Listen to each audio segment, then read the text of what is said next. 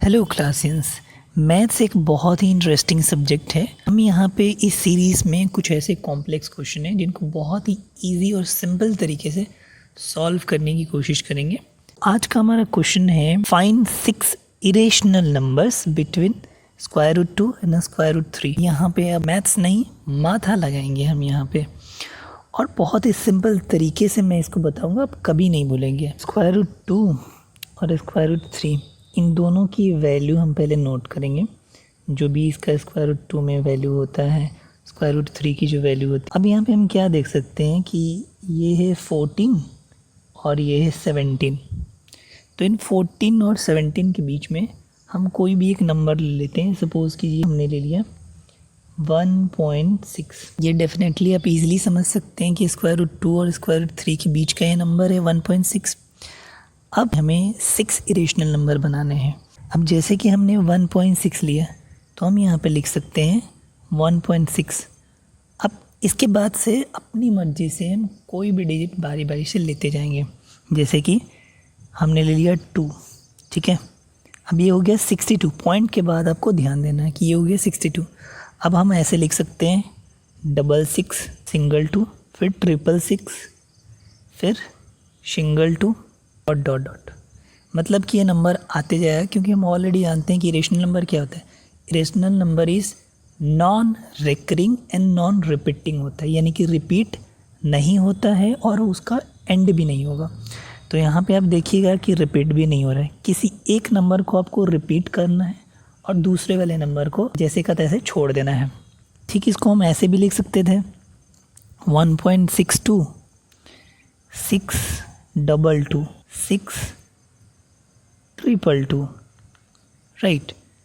तो ये दोनों ही इरेशनल नंबर है और दोनों ही √3 और √2 के बीच के नंबर है। सिमिलरली हम लिख सकते हैं 1.6 0 6 0 6 0 6 ये भी इसके बीच का एक नंबर हो जाएगा।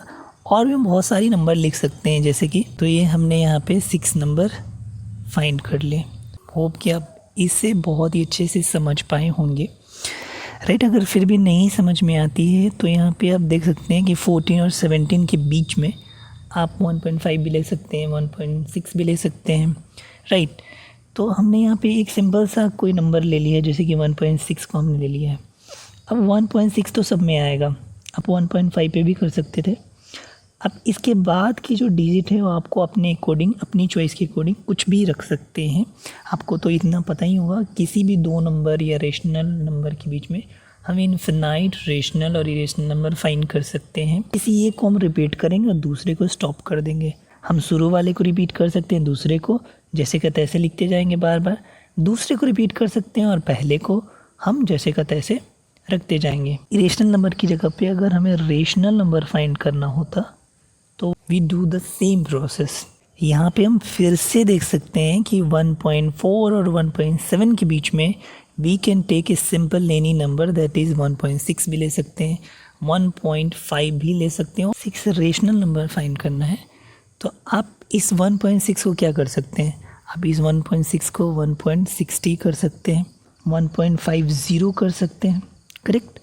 अब इस 1.60 से आप बहुत सारे नंबर ले सकते हैं, जैसे ये सब रेशनल नंबर है, इरेशनल नहीं, रेशनल नंबर है। तो आई होप कि अब आप किसी भी दो इरेशनल नंबर के बीच में अगर आपको इरेशनल नंबर निकालनी होगी तो कोई दिक्कत नहीं होगी, या फिर रेशनल नंबर भी फाइंड करनी होगी तो कोई दिक्कत नहीं होगी। हालांकि ऐसे क्वेश्चंस के बीच के रेशनल नंबर निकालने के लिए फॉर्मूला भी है, आप फॉर्मूला भी अप्लाई कर सकते हो, बट उसमें थोड़ा सा कन्फ्यूज़न होता है। तो बेहतर ये है कि आप यहाँ पे बिल्कुल भी माइंड नहीं लगाओ और जितनी चाहो उतनी रेशनल या फिर रेशनल नंबर निकाल लो। Okay, if you are finding this lessons on this channel very interesting, then please keep liking us and please subscribe us. Thank you.